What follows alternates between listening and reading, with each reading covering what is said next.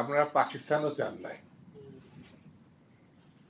আপনারা যখন 47-এ পাকিস্তান আন্দোলন হচ্ছে, এই শক্তি পাকিস্তান চায় নাই, এই শক্তি 71-এ বাংলাদেশ চায় নাই। এরা গণহত্যার নেতৃত্ব দিয়েছে। আমি যদি নাম না বলি, বাংলাদেশের মানুষ, বিশ্বের মানুষ জানে যে এই অপশক্তিটা কারা। আবার আপনারা ভুল করছেন, মানুষকে ভোটাধিকার প্রয়োগ করতে দিবেন না, এটা ঠিক না। আপনাদের পিয়ার যেতে এত জনপ্রিয় হয়, এত গ্রহণযোগ্য হয়, তাহলে রাজনৈতিক কর্মসূচিতে রেখে আসেন, মানুষের কাছে যান, পিয়ার করে না, অসুবিধা নেই তো।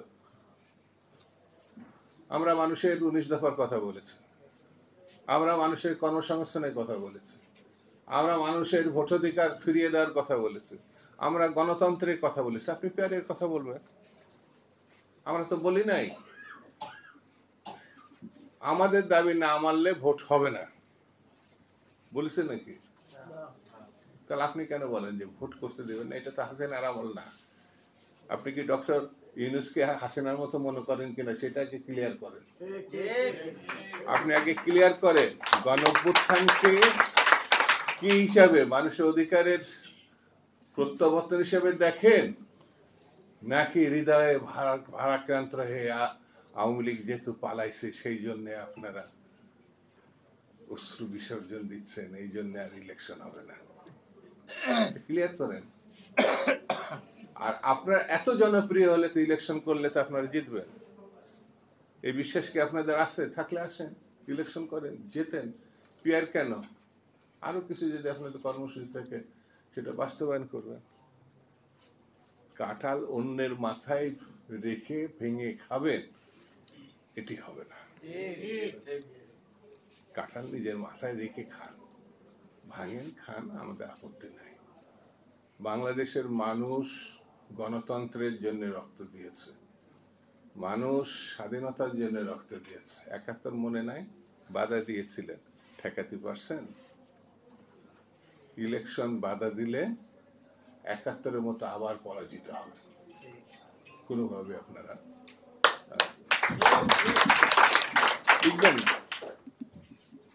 আর হাসিনার বিচার হবেই। তাকে যে অপকর্ম সে করেছে, আওয়ামী লীগ যে অপকর্ম করেছে, বাকশাল করে তো তারা রক্ষা পায়নি। পাইছে নাকি? রক্ষী বাহিনী করে রক্ষা পাইছে? দুর্ভিক্ষ করে রক্ষা পাইছে? ভারতের দালালি করে রক্ষা পাইছে? পায় নাই। হাসিনাও পাবে না, পায় নাই। আর হাসিনার বিচার আগামী দিন যে সরকার আসবে তারাই করবে। যে বিচার শুরু হয়েছে, ডক্টর ইউনূসকে আমি ধন্যবাদ দিই, এই সরকারকে ধন্যবাদ দিই।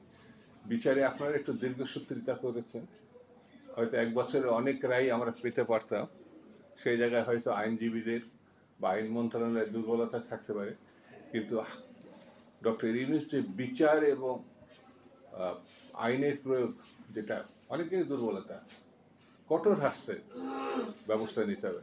আমাদের এই কারণে আমরা ডক্টর ইউনূসকে সমর্থন দিয়েছি। এই বিচার চলমান থাকবে।